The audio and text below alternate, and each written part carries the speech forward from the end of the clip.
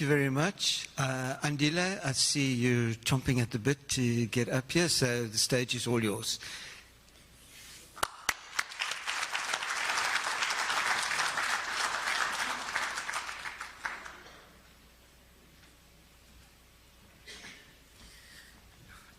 Normally when we start, we make some slogans such as one settler, one bullet, the land belongs to us, that type of thing. But I'm not going to do that. Let me start by thanking the Chamber of Commerce for inviting me. I really don't know what got into the Chamber of Commerce, the Cape, to invite me to speak to this audience. And also to thank Jennifer, the Secretary. She has been very kind. At one point, I saw an email that referred to me as comrade, with the letterhead of the Cape Chamber of Commerce. Comrade Mutama, so I was like, this is kind, okay? It is very unusual for Black First Land First to be invited and to debate our primary enemy. White monopoly capital, which is what this chamber and all other chambers represent. And please, white monopoly capital is not the creation of some British PR firm. In fact, since 1962, the Communist Party of South Africa with Joe Slovo, the big intellectual that those of you who went to Wits and UCT and Rhodes have read about, was part of the people who coined the term white monopoly capital to describe the South African ruling class. So it is not this British. So for us, this is talking to almost like walking into enemy territory. I earlier on took some pictures, and I'm still traumatized by this experience, So I'm standing there before this. I hope you understand my difficulty. I also went to the website, the Facebook of the chamber, and I saw somebody warning Dr. David Rood that he must bring his bodyguards tonight. Of course, earlier on in this week, we were in Parliament. Is it last week? We were in Parliament, right? And there was the Oppenheimers. The real dynasty of South African capital.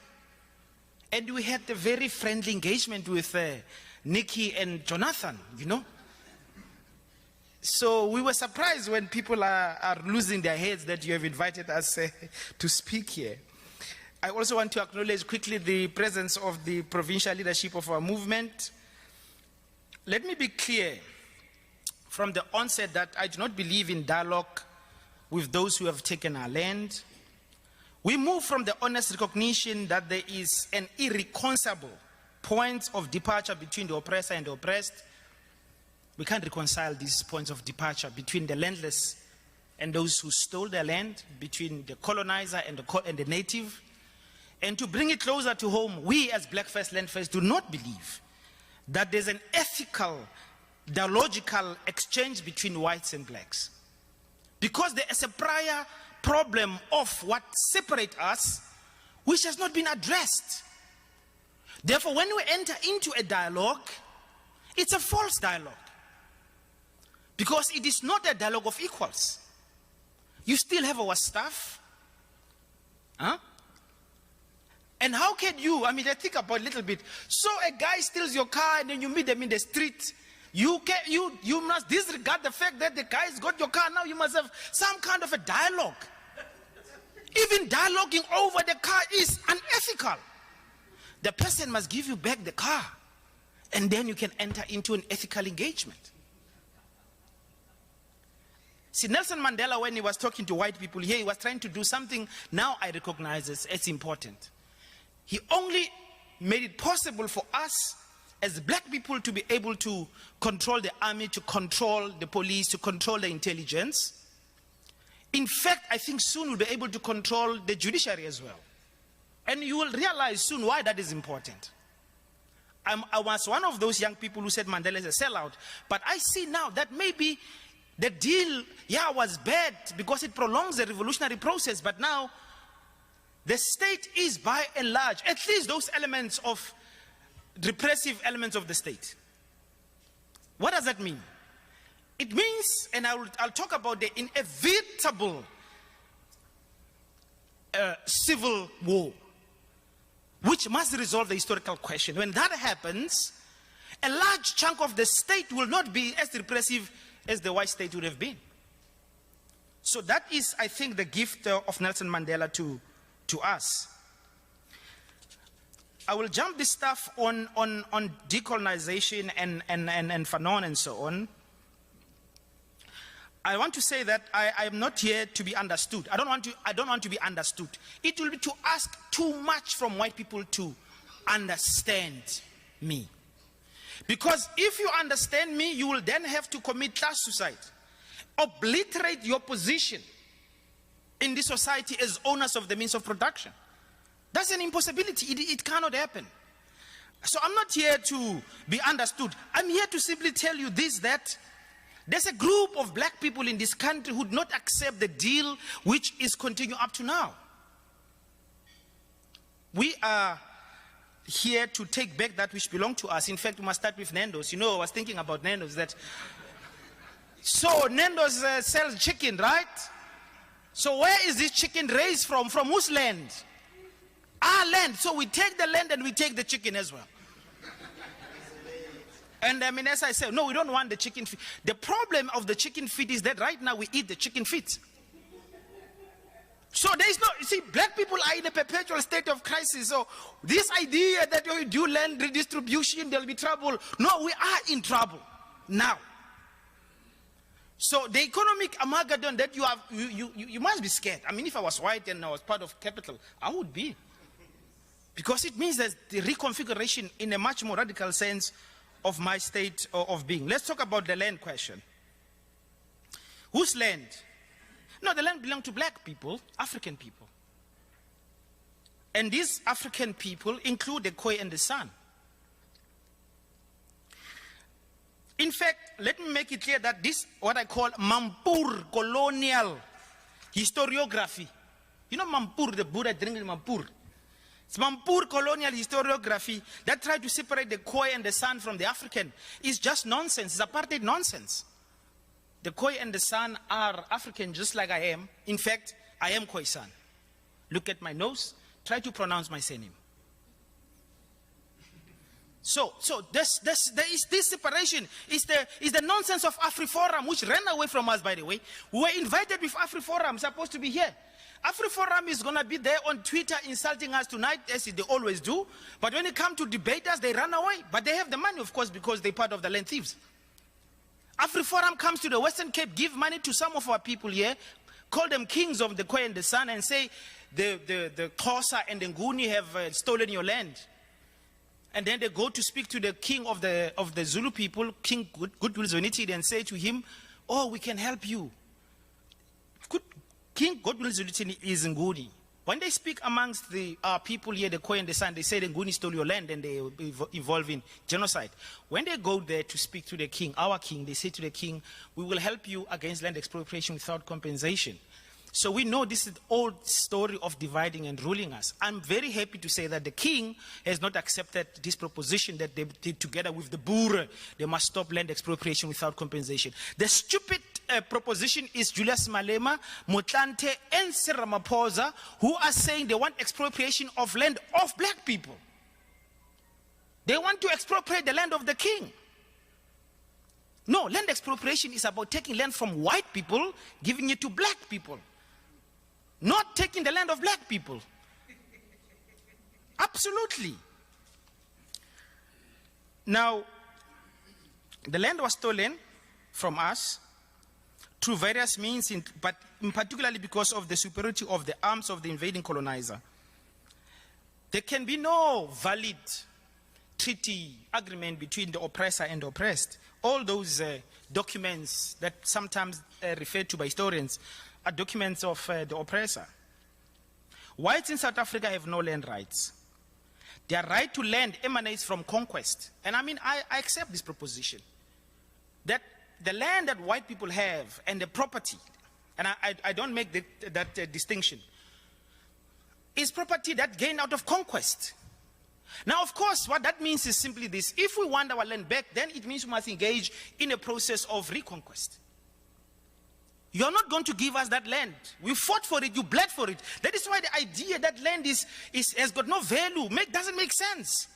White people killed us to get this land, and they were prepared to die for the land. If we want land, of course, it simply means we must be equally prepared to do so. That's why we say land or death. Whose death? Whose death? I could go on a little bit about, let me just say this. In Africa, we have an African saying in all our languages almost. It says, in other words, a debt does not decay because of time. This historical debt of land dispossession, that is not going to now all of a sudden, somehow miraculously because of time, because land thieves are selling each other stolen property, somehow this become legitimized into legitimate position. No.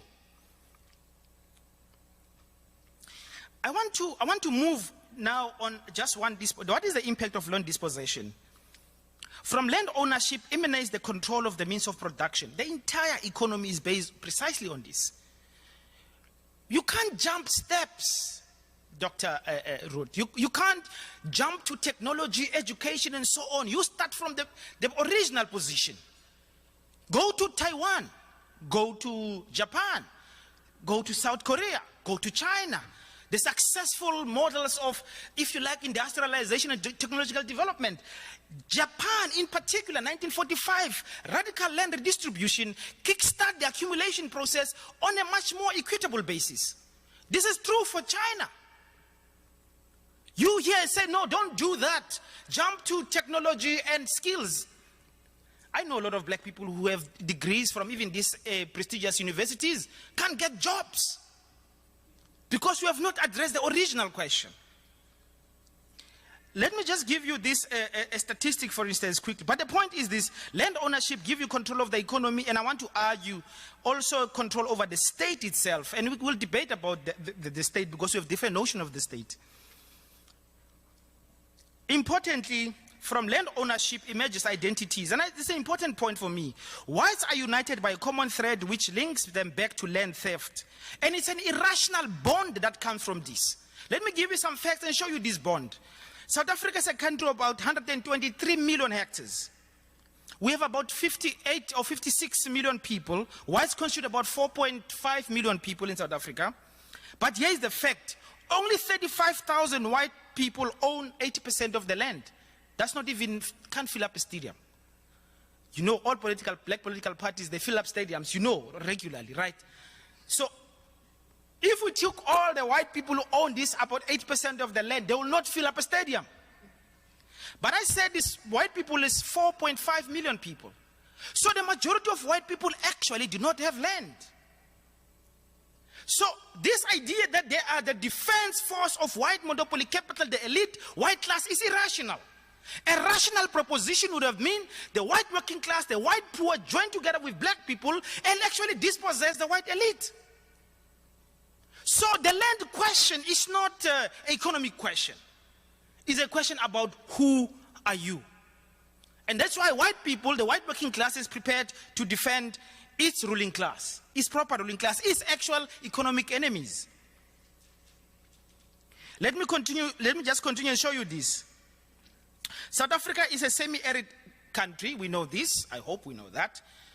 Only 20% of South Africa is highly productive in terms of fertile, in terms of agricultural produce. And of this 20%, it's very important, this statistic, is owned by about 7,000 white families and about 6-7 conglomerates, agricultural conglomerates. And from this 20% of the land, 80% of the agricultural produce come from this piece of land, owned by about 7,000 only. So it's a highly concentrated ownership structure of the economy, of the agricultural economy. So the point I'm making is the majority of white people should not be opposing white redistribution of land. But of course they do. The point is the land ownership in South Africa explains a lot of things, but let me come to land expropriation. We believe in land expropriation without compensation, and on two grounds. The first ground is the historical one, the historical redress. We said land is stolen. Land was taken, land must be redressed, must be returned. What you're going to do with the land is a secondary question. So the first premise is land expropriation without compensation because land was taken, therefore land must be returned. But there is also a second premise, which is important, and it's an economic one, interestingly. A fair redistribution of land is good for the economy, for economic development. In South Africa, if we were to look at just two sectors, agricultural and mining, we argue that, in fact, because of the inefficiency of those sectors, even if, say, there was no land question of the historical land theft, you will still have to radically redistribute those sectors. Take mining. Mining in South Africa, we know that we about the value of mining in South Africa about 20 trillion rand. I mean, in terms of the known mineral resources, 20 trillion. So we're almost one of the top five, probably if not top three of the world in terms of known minerals on earth. 80% of platinum is in this country. But mining gives us only about 400,000 jobs. I'm saying to you, that is highly inefficient. Only for that reason, you should be redistributing that economic sector. Take agriculture, right? It doesn't produce more than, I think, 700,000 jobs, bad jobs. And then on top of that, you are, the white farmers are killing us, black people. I don't know if white people eat pap, but we eat maize, pap, and 90% of this pap is GMO. Nowhere on earth do you feed people genetically modified food, at least maize. You go to Europe, they have outlawed this. China, Russia, people who care, they don't do this, care for their people. So for these two reasons, both historical redress and even for economic reasons, you will actually do land expropriation without compensation. Now, of course there's a problem. In the first phase of once you expropriate, there's going to be a crisis, a deepening of a crisis. That's what Zimbabwe is going through. Zimbabwe is going through a serious crisis. And that crisis is not just because Zimbabwe redistributed land, it's because there's external factors. The attack of the Zimbabwean economy is an imperialist attack on that economy. Because, of course, they touch white interests. But Zimbabwe is 300 years ahead of black South Africans. Because Zimbabweans are not tenants in Zimbabwe, they own Zimbabwe. We black people in this country are tenants, you are landlords.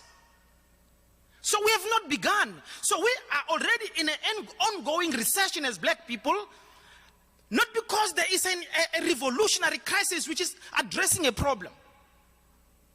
We just in this permanent state of exclusion because that's how the structure of this economy is like. So Zimbabwe is 300 years, black Zimbabweans are 300 years ahead of us, black South Africans. We don't own this country. We are all foreigners, black people in this country. Now, the current racist land ownership pattern in South Africa and the colonial economic structure is even bad for the bourgeois economy. I mean, I think we can argue that. Precisely for these arguments I'm making about both the agricultural sector and mining.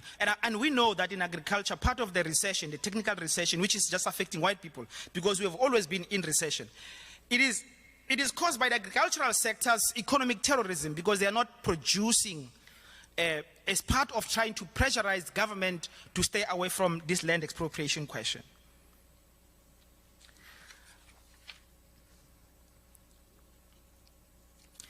Let's talk about the inevitable. Let me give you, I'm going to give you now in conclusion, I'm going to give you firstly the bad news and then I'm going to give you the good news. The bad news for you is that, and I believe this, that a land war is inevitable in South Africa. The manipulation of the national discourse by the ruling class through the ownership of the media, your capacity to be able to say who is corrupt, using proxies to purge your opponents, including Zuma, using Julius Malema and others to get rid of Zuma. The capturing of the ANC under Ramaphosa by white monopoly capital. The open bias of the judiciary.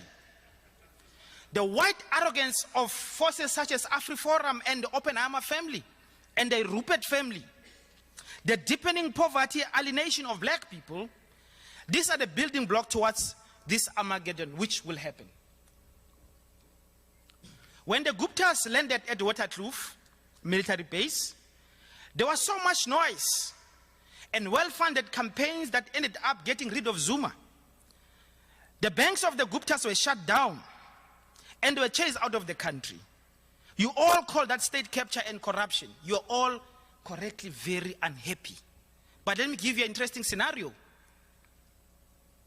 The Oppenheimer family, both Nikki and Jonathan Oppenheimer, goes to the head office of the ANC and demand that the ANC, not government, the ANC, give them an international airport of their own. Let me repeat that. We were angry, correctly so, when the Guptas landed at Waterkloof. Landed. Here the Oppenheimers go to the ANC, demands an international airport inside an international airport. And the ANC gives them this international airport inside an international airport. And that is okay. The Oppenheimers who are involved in diamond trading. So what is happening here? They fly to Kimberley, take our diamonds, fly to the international airport, out of the country, go somewhere else, get guns and other things, fly back into their own private international airport, and so on. It goes on. The point is, the sense of outrage by people who are anti-corruption is biased, and it is influenced by who is on the other side. Gweda Mantashe wrote a letter to say to Nikki and them, yeah, you have the international airport now. Our court, including the Constitutional Court, doesn't see anything wrong with this. I don't have to tell you that the Oppenheimers, through the DBS process, don't pay tax for uncut diamonds, exporting them. I'm sure you know that. They were called in Parliament in 2007. They could not produce the agreement that they said that exclusion or that exemption was based on. And the media dropped that question because, you see, corruption is when you are not white. Let me now give you the good news. I'm saying this, the bad news is there's going to be a war for land. And this war for land is not just the physical question of land, but it is our sense of exclusion in our own country in every area of life. How are you going to solve that? We are sufficiently angry, and I have seen enough people who are ready to actually do what is the ultimate sacrifice to solve this problem for their children and for the future. So I'm confident that that war is coming. Here is the good news for you. The good news is that there's not going to be any land expropriation without compensation. There's not going to be amendment of the Constitution. White capital has done a good job with Julius Malema and Cyril Ramaphosa. They are highly compromised. There is no way Ramaphosa is going to go and expropriate land without compensation. We saw what happened in Marikana together with Lonmin. He protected Lonmin's interest to the point of actually engineering a massacre.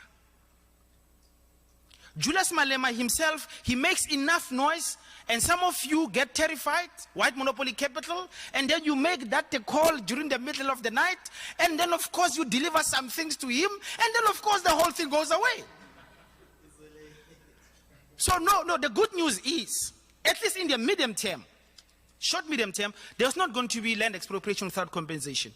I mean, I can go into why. I mean, if you look at the parliamentary process, you know that there have been hearings, and you know that there's a report that will only come at the end of this month. There's no way that they're going to be able to bring a bill, even if they wanted, because bring a bill takes about 410 days just to introduce the bill.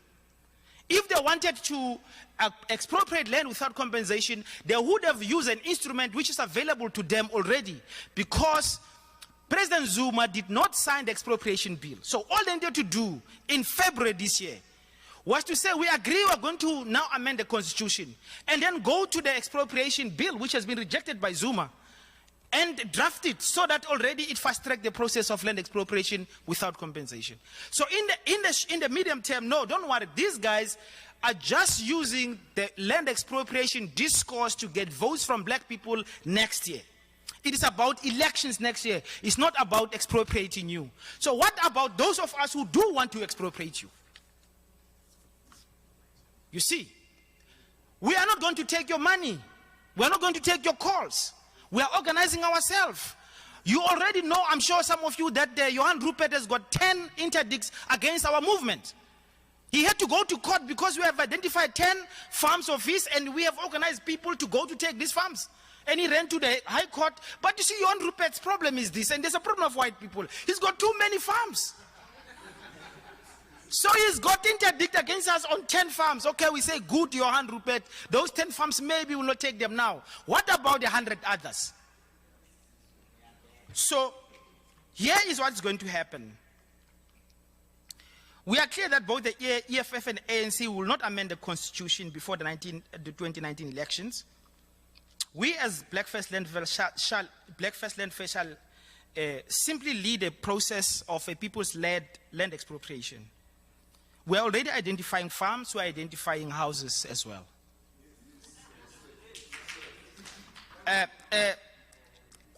I think this process is difficult, but I don't think it can be easily stopped. And I can tell you now, I mean, if I were to be an informant just for a little while, we do take houses in white suburbs. And often when that happens, they call the police. But the police who arrive are black people. And so we start speaking in Xhosa or in Zulu or in Sepedi or any of our African languages. We say, but this house has been standing here with no one for the past 3 years. So what is the problem? These white people are overhoused. We have no houses. And so the police drive away. So now what you must do, you must go to court. Yes, we will go to court on the 19th. The High Court will probably evict us. But what the truth is, we already have identified other 20 houses. So I'm talking about property in the urban white settlements. Brooklyn. Places like this. And on farms, we're doing the same. We're identifying. So I'm saying to you here, you will not be able to buy off the black legitimate rage that can only be addressed by addressing the historical question. But this burden of addressing this historical question, I don't think it is yours. I can't ask you to do so. If I was white, male, capitalist, in fact, I will speak like Professor maybe David Roth, but also I will think that somebody who speaks like me is crazy. Because you will now go to speak to government, you'll meet government, and government will assure you that there's law and order, there's all these things. But I'm saying to you, that law and order, the Mandela consensus, is no longer sustainable. Thank you.